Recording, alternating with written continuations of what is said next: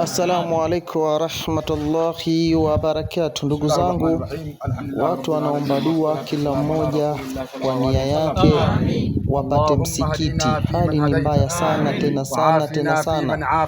Huu ni mkoa wa Mtwara, sio mkoa wa Lindi. Unatoka Lindi unaingia Mtwara. Watu wana shida na msikiti. Msikiti wanaoswali, wanaofanya ibada, wanamwabudu Allah tabaraka rahman, ndiyo msikiti huu ndugu zangu mnauona hapa.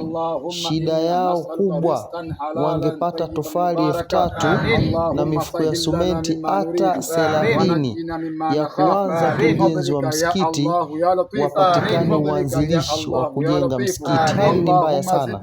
Tukitembea kwa uwezo wake Allah tabaraka rahmani, ndiyo tunajionea shida ya ndugu zetu na Waislamu wenzetu wanavyopata tabu katika masuala mazima ya msikiti. Hii dua watu wanaomba kwa ajili ya kupata msikiti na kupata maji, ndugu zangu, ya kuwasaidia Waislamu wa maeneo haya. Ndugu yangu Muislamu, umeipata klipu hii, video hii, unaweza ukawa na mifuko ya sumenti au tofali, usichoke kutoa na kuchangia kwa ajili ya Allah tabaraka rahman.